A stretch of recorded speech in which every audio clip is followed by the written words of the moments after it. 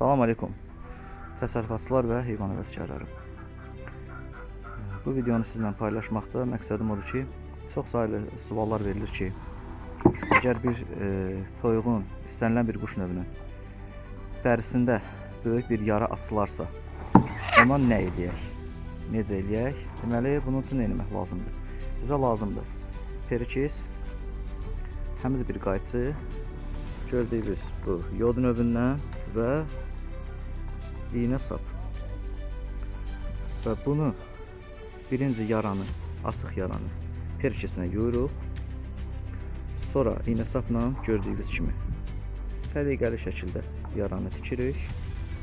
Diqqətlə baxsaz görəsiniz. Yaran səliqəli şəkildə tikilib. Və həmən yaranın üstündən gördüyünüz bu yoddan vururuq. Gündə 2 dəfə, 3 dəfə bu yoddan vurmaq lazımdır. Beləliklə 2-3 gün ərzində yara birləşir. Biz bunu dünən tikmişik. Yəni cəmi üstündən keçdiyi 10-12 saatdır. Artıq yara birləşməyə doğru gedir.